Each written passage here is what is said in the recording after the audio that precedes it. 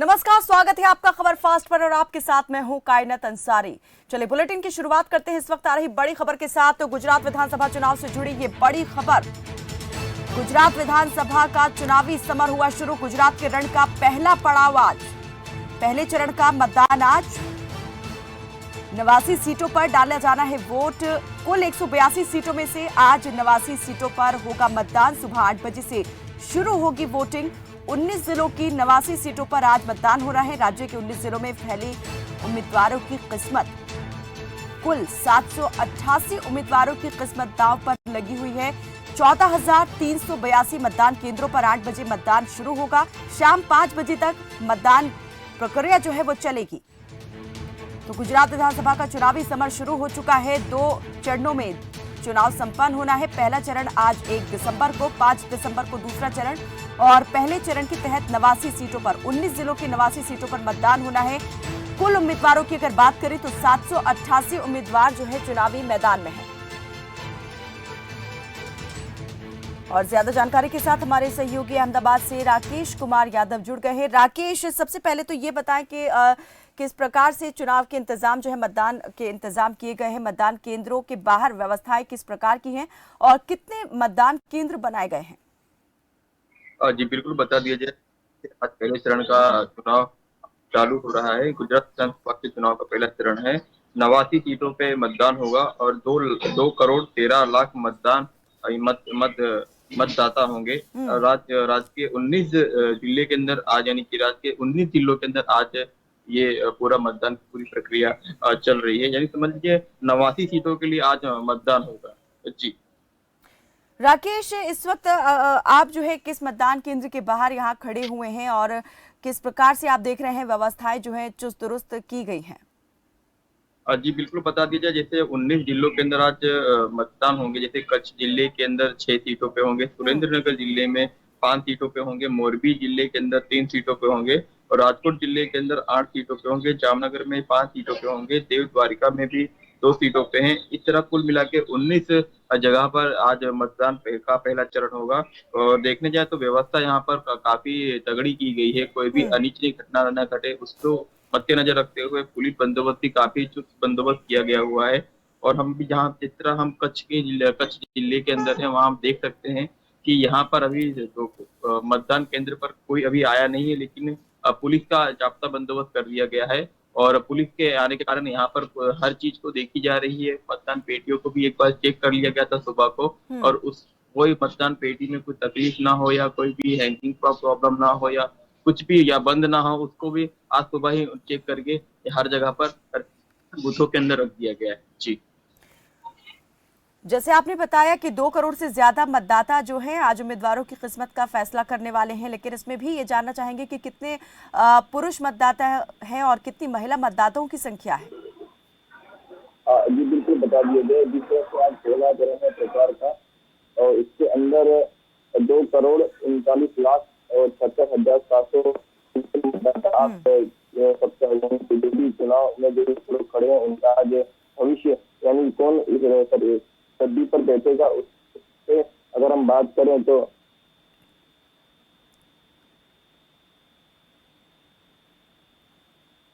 राकेश, आपकी आवाज हमें नहीं मिल पा रही है। राकेश, मुझे सुन पा रहे हैं आप?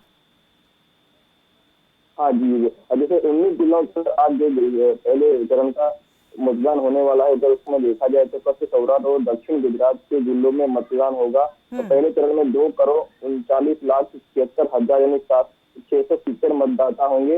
इसमें से 1 करोड़ 24 लाख 37 हजार 362 पुरुष मतदाता होंगे और 1 करोड़ 15 लाख 42 हजार 811 महिला मतदाता होंगी।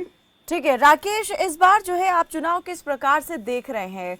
पिछली बार के चुनाव से इस बार का चुनाव कितना मुख्तलिफ है, कितना अलग है, और कौन से मुद्दे आप देख पा रहे हैं कि इस बार हावी हैं गुजरात की सियासत पर, इस चुनावी समर पर?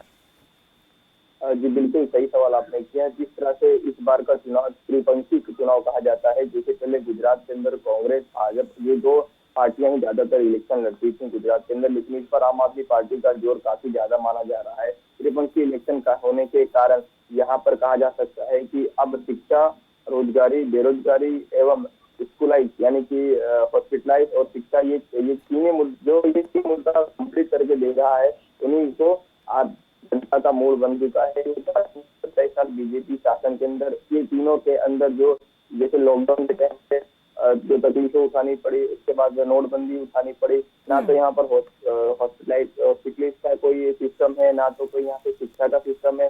तो खानगीकरण यानी कि प्राइवेट सेक्टर जो स्कूलों का हुआ है, उससे काफी लोग दुखी हो चुके हैं। गुजरात की जनता चाहती है कुछ ना कुछ परिवर्तन यहाँ हो, जिसके कारण ऐसा कहा जा सकता है कि हो सकता है आने वाले समय के अंदर आम आदमी पार्टी का भी जोर यहाँ है। कांग्रेस को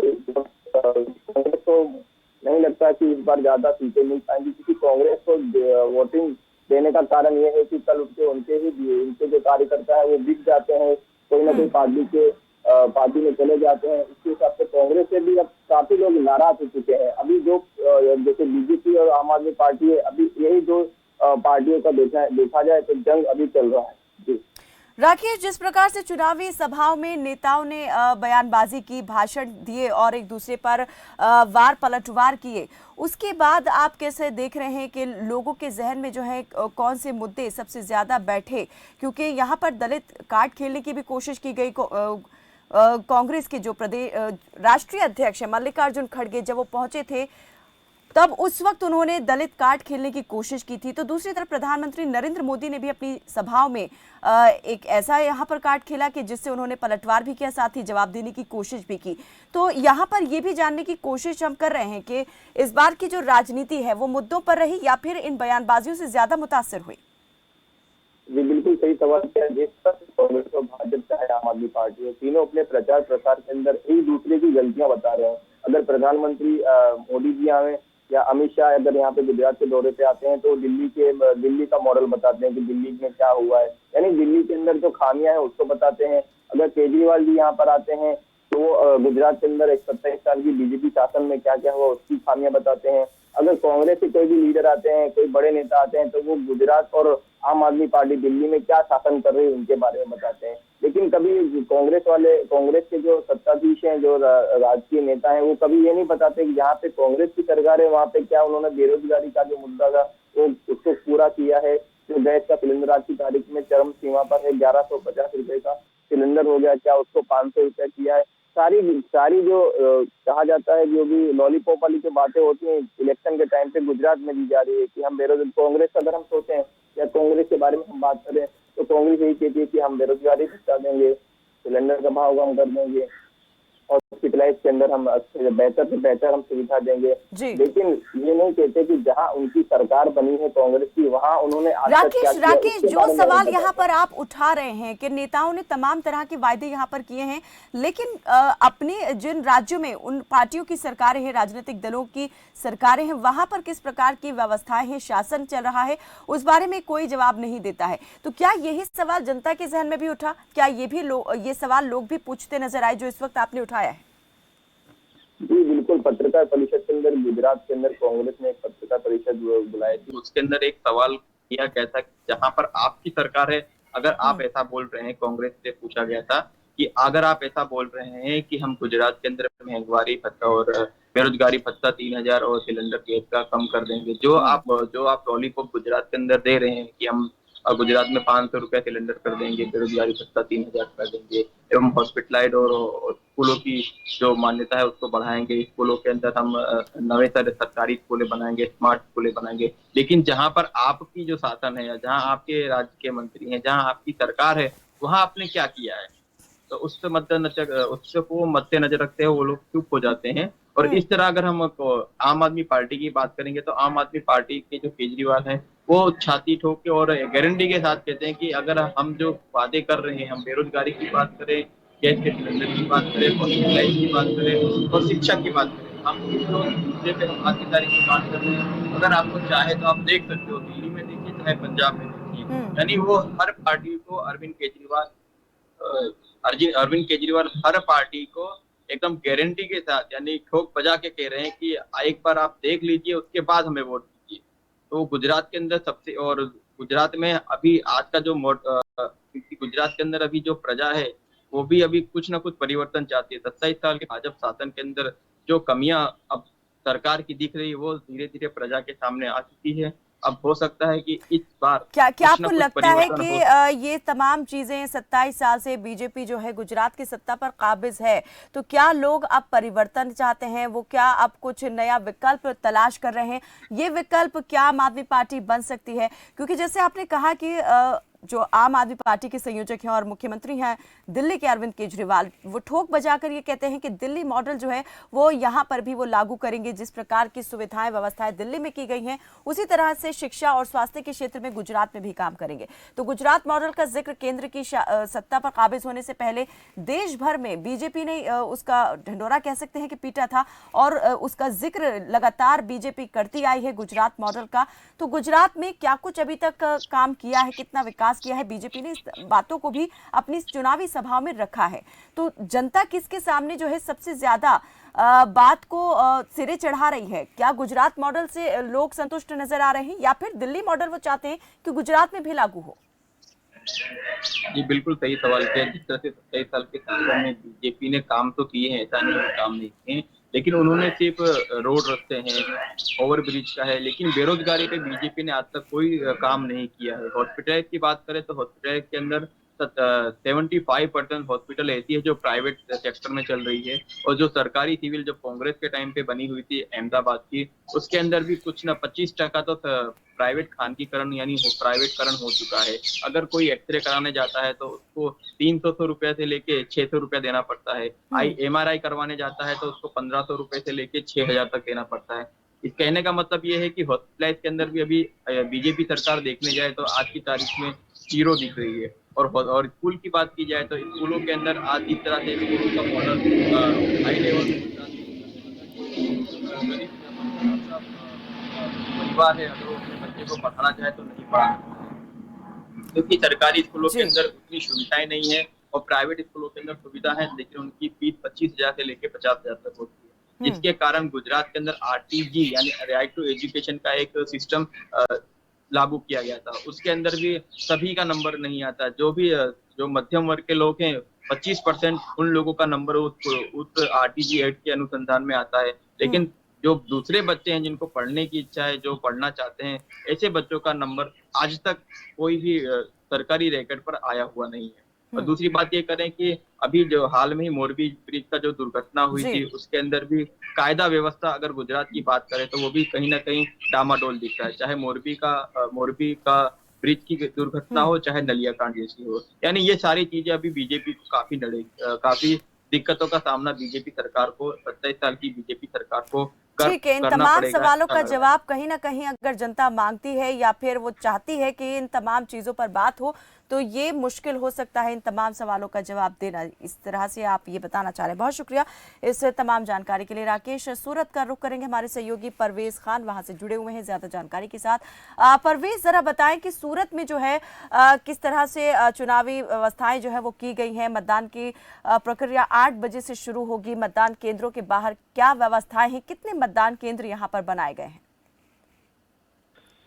मैडम, यहाँ बता दिया जाए कि यहाँ पे जो मतदान केंद्र है काफी सुरक्षित है और यहाँ जो है सुरक्षा टुकड़ियां भी बहुत सारी लगाई गई हैं और किसी तरह की जनता वोटर्स को कोई दिक्कत न हो, सहूलियत देने के लिए मतदान तक आने की व्यवस्था भी की गई है। और यहाँ पे हर पोलिंग स्टेशन, यहाँ बहुत सारे पोलिंग स्टेशन है टोटल, लेकिन एक पोलिंग स्टेशन के अंदर कम से कम कॉलेज जो है उनमें 7 बूथ रखे गए हैं। जहाँ आंगनबाड़ी है उसमें 2 रखे गए हैं, जो स्कूल है वहाँ 5 रखे गए हैं। इस तरह से यहाँ मैनेजमेंट किया गया है।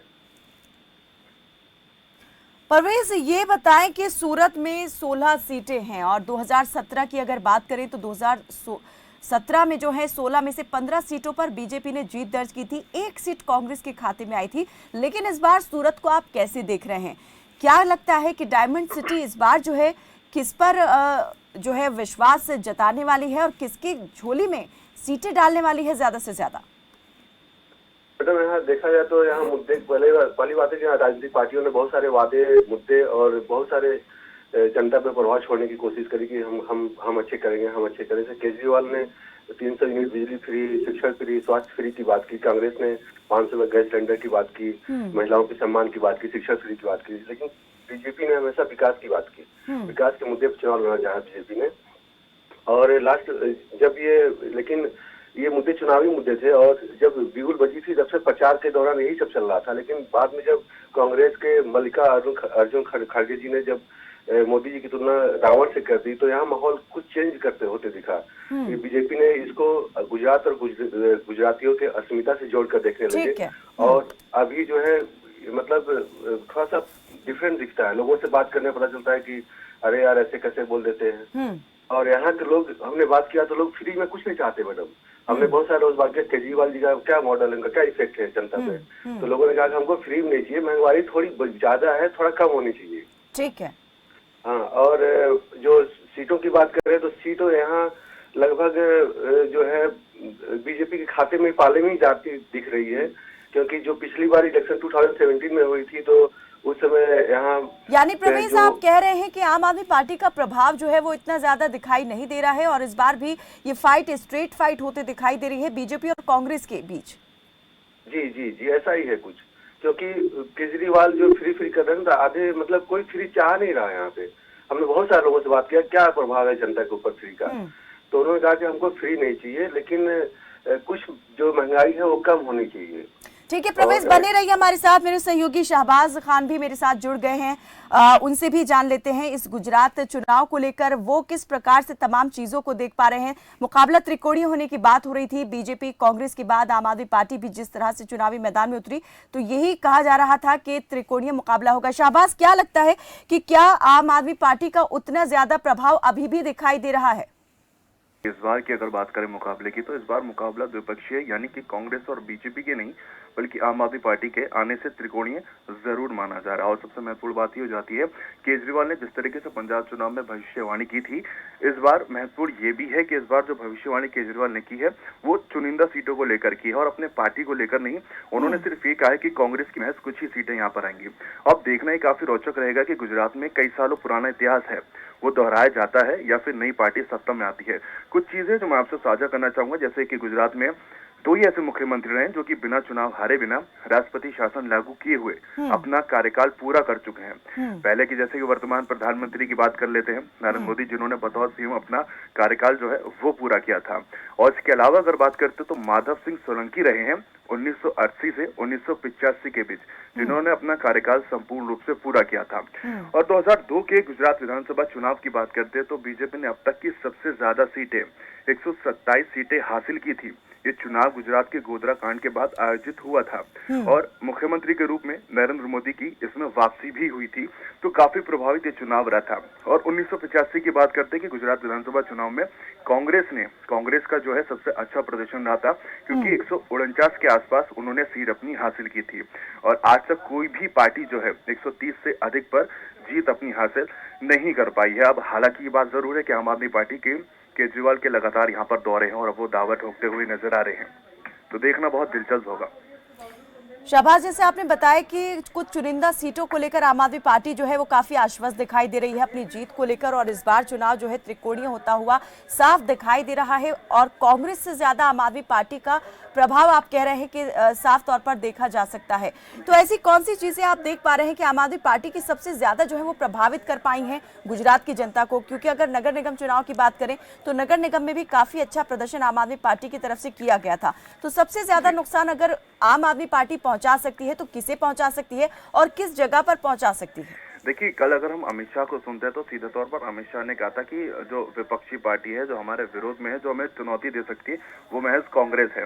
उन्होंने आम आदमी पार्टी को तो सीधे तौर पर नकार दिया है। लेकिन आम आदमी पार्टी के अगर जैसे हमने देखा पंजाब के सीएम भगवंत मान कल तकरीबन 25,000 जो बिजली के बिल हैं वो लेकर पहुंचे थे और सीधे तौर पर हम लोग वहां पर जब मौजूद थे तो पत्रकारों से सीधे वो कह रहे थे कि हमने इतने लोगों के बिल पंजाब में माफ किए हैं। तो जो बिजली का यूनिट का उन्होंने जिक्र किया है, दिल्ली मॉडल का जिक्र किया है, तो इसी को वो बार बार दोहराते हुए नजर आ रहे हैं। लेकिन सबसे महत्वपूर्ण ये हो जाता है कि गुजरात की जनता की अगर हम बात करते हैं तो वो जो है ठंडा करके खाने में विश्वास रखते हैं, क्योंकि यूपी चुनाव में हमने देखा था काफी प्रदर्शन और आक्रामक होते हुए किसान नजर आ रहे थे, तो वो कहीं ना कहीं प्रभावित करते हुए नहीं नजर आए थे। तो अब देखना ये बहुत दिलचस्प होगा कि गुजरात की जनता किस पर अपना दावा करती है और विश्वास रखती है, क्योंकि सूरत की खास बात करते तो डायमंड सिटी कहा जाता है और सूरत में सीधे तौर पर जब हम सड़कों पर उतरे थे तो यहाँ पर यही कहते हुए नजर आ रहे थे, कुछ बीजेपी के पक्ष में थे, कुछ आम आदमी पर विश्वास जता रहे थे, कांग्रेस कहीं ना कहीं फीकी पड़ती हुई नजर आ रही थी। और सीधे तौर पर ये कहा जा सकता है कि जो बड़ी चोट है वो कांग्रेस को लगती हुई नजर आएगी इस बार। ठीक है, वापस यहाँ पर परवेज का रुख करेंगे, सूरत से हमारे साथ जुड़े हुए हैं। परवेज, आप क्या कहेंगे इन तमाम बातों को सुनने के बाद? अगर यहाँ पर आज जिन सीटों पर चुनाव होना है, दक्षिण गुजरात इसमें आ जाता है, सौराष्ट्र आ जाता है और कच्छ आ जाता है, तो उसमें जो सीट्स यहाँ पर हैं, सबसे ज्यादा बीजेपी के खाते में यहाँ पर सीट भी आई थी, लेकिन पिछली बार चुनाव में 15 सीटों का नुकसान बीजेपी को हुआ था और 16 सीट जो है कांग्रेस के खाते में ऐड हुई थी 2012 के मुकाबले 2017 में। तो इस बार जो है क्या लगता है, कितनी सीट कांग्रेस को नुकसान हो सकता है या फिर फायदा हो सकता है? बीजेपी को कितना ज्यादा रिस्क है यहाँ पर? मैडम, इस बार बीजेपी को मेरे चलिए परवेज इस सवाल का जवाब मैं आपसे लूंगी, लेकिन यहाँ पर अभी छोटे से ब्रेक के लिए मुझे रुकना पड़ रहा है। तो गुजरात इलेक्शन को लेकर हमारी ये चर्चा आगे जारी रहेगी, आपसे हम इस पर लगातार अपडेट लेते रहेंगे। 8 बजे से मतदान जो है शुरू हो जाएगा। बने रहे हमारे साथ, देखते रहें खबर फास्ट।